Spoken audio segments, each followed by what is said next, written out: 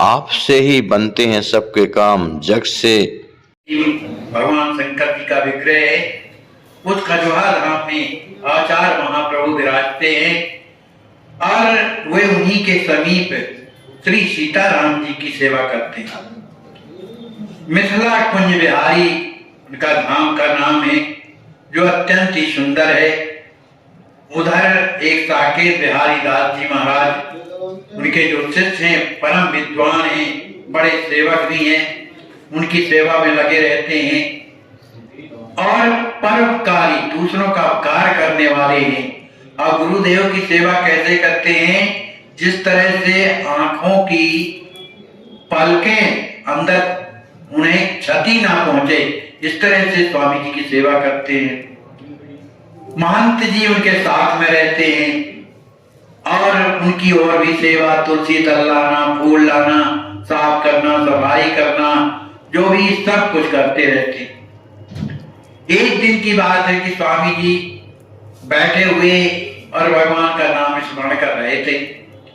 उन्होंने साकेत बिहारी दास जी महाराज को बुलाया, कहा भाई एक काम करो, एक कहीं कड़वी लौकी मिल जाए, कड़वी लौकी सूखी तुम्बा, तो उसका हमको कमंडल बना करके दो, और वो ऐसी ना हो, लंबी हो लेकिन गोल भी हो, देखने में अच्छी लगे। तो इस तरह से एक कमंडल जो है बना करके हमको दो, और जितना जल्दी हो सके उतने जल्दी बना करके लाओ, और उसे धूप में मत सुखाना, छाया में सुखाओ।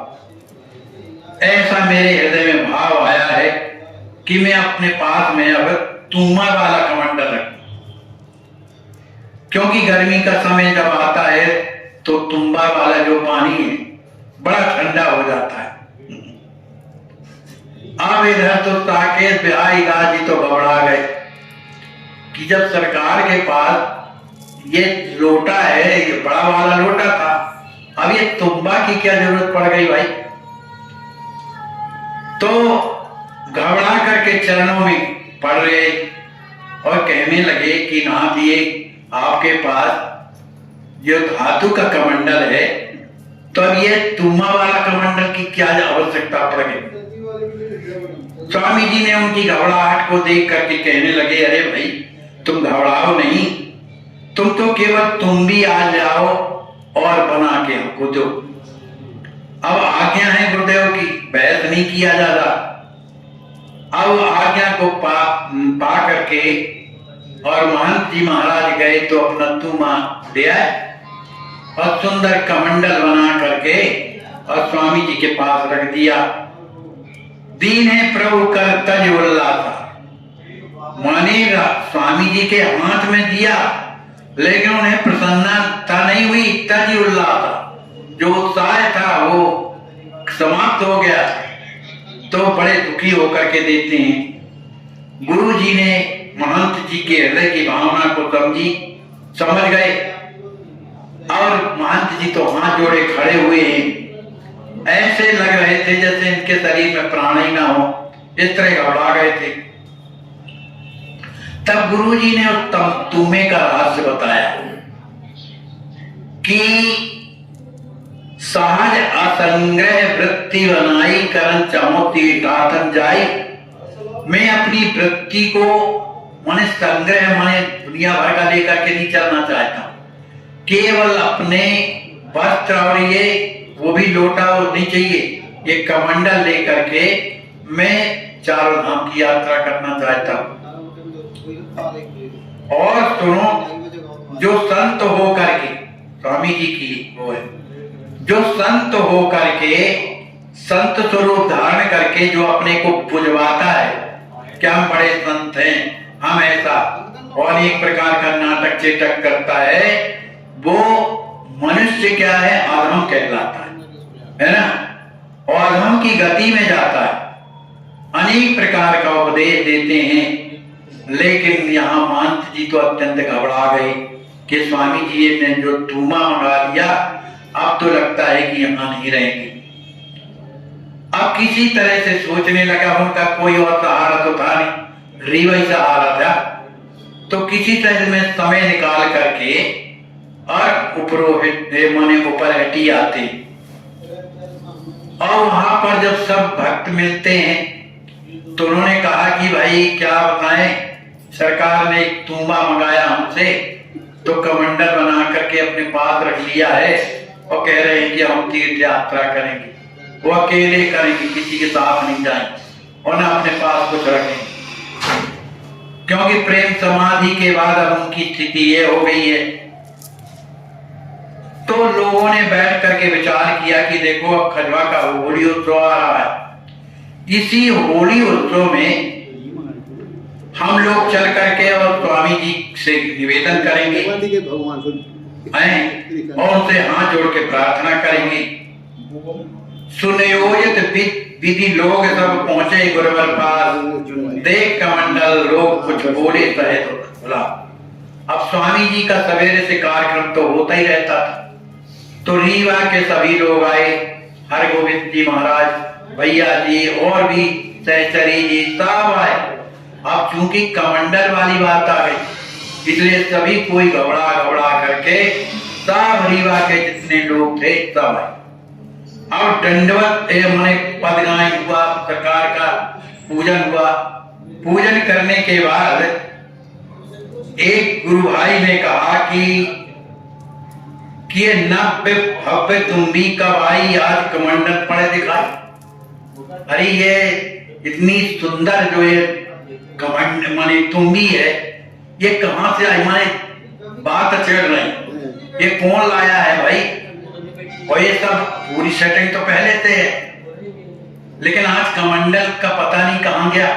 ये तुम्बी वाला कमंडल ये काहे के लिए? तब महंत जी बोले, साकेत ब्याजदार जी, कहा सरकार ने हमसे कहा कि एक तुम्बी लाओ, तो उनकी आज्ञा का पालन मैंने किया है और उन्होंने एक कमंडल बना के रख लिया है। उनमें से एक गुरु भाई विनोद में बोले सरकार के सामने, जी ने कहा। अब विनोद में कहते हैं कि हमें तो लगता है कि अब स्वामी जी जटाजूट भी रखेंगे, जटाजूट भी रखेंगे, है ना। इसीलिए इन्होंने भ्रमण करने के लिए लौकी का कमंडल रख लिया है।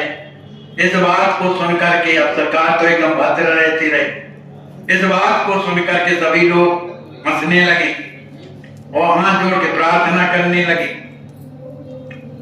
अब जब गुरुदेव ने इनके भावों को जाना तो बड़े हंसते हुए, बड़े माने प्रेम की स्थिति में बोले, अरे भाई हम ये चाहते हैं कि अभी हम सबके बीच में रहते थे तो एक कमंडल साफ करना, क्या करना, ये सब बोला।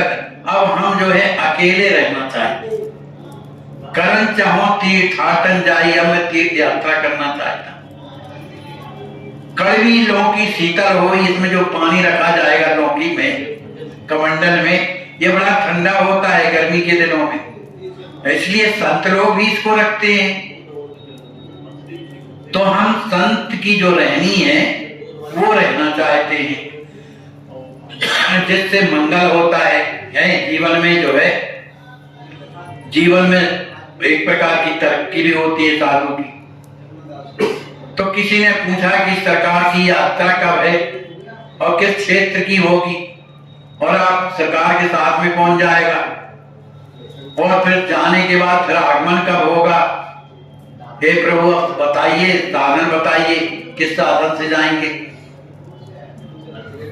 तो स्वामी जी ने कहा कि हम एकांत में जाएंगे और अकेले जाएंगे, किसी के साथ में न जाएंगे, और 4 धाम की यात्रा में जाना है, और कौन साधन मिलेगा ये भगवान जाने हैं, और कब लौटना है इसको भी भगवान जाने, हम भी जाने।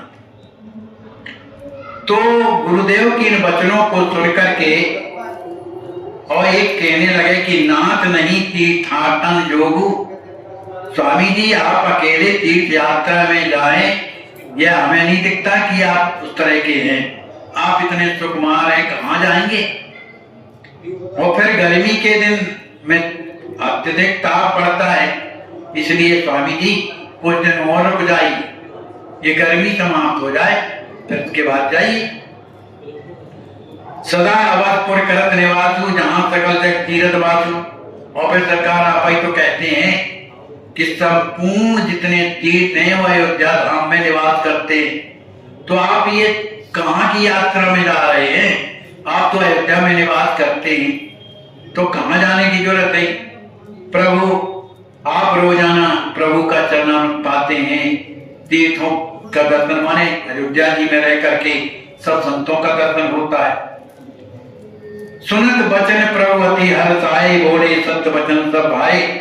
स्वामी जी ने कहा कि जो आप लोग कह रहे हैं वो सही है कि अयोध्या में क्या नहीं, सब कुछ है, लेकिन संतों का मार्ग अलग। तदपि मार्ग जो संत बतावे, संतों ने बताया है, तेई पर चलत जीव सुख पावे।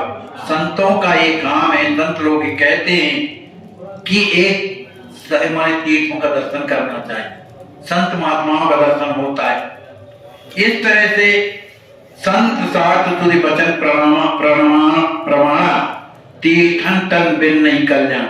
तीर्थ यात्रा से ही कल्याण होता है। तो लोगों ने कहा कि सरकार वो तिथि तो बताओ कब जाएंगे? तो स्वामी जी ने बताया चैत्र द्वितीया की तिथि, शुक्रवार शुभवार, सायंकाल पुनीत अति बोले लग्न विचार। माने द्वितीया होगी, शुक्रवार का दिन है, सायंकाल की मधुर वेला में ये लग्न बन रही है, तब हम जाएंगे। बोलिए श्री सीताराम जी महाराज की जय। व्यास जी महाराज की जय।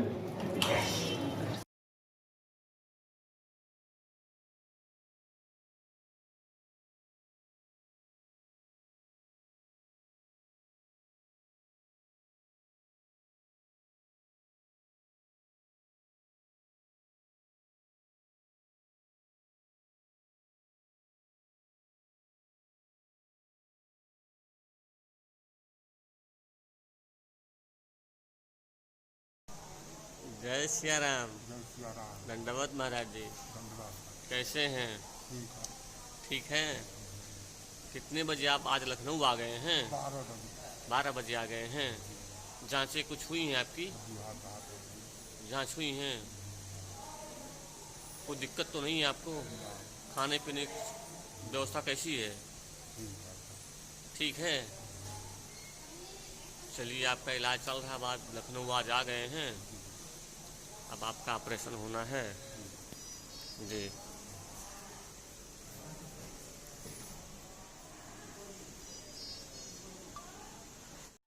वैष्णव जन तो तेने कहिए जे, पीड़ पराई वैष्णव जन। हाँ, ज़्यादा नहीं लगेगा, हाथ कटने के बाद तो दवा भी रोको चलेगा फिर। चलिए, उसके बाद तो डॉक्टर ने कहा है कि कैंसर आपका जान बच जाएगी, हैं? आगे नहीं बढ़ा है, हैं? चलो ठीक है, भगवान करें आपका मंगल हो, आप जल्दी स्वस्थ हो जाएं।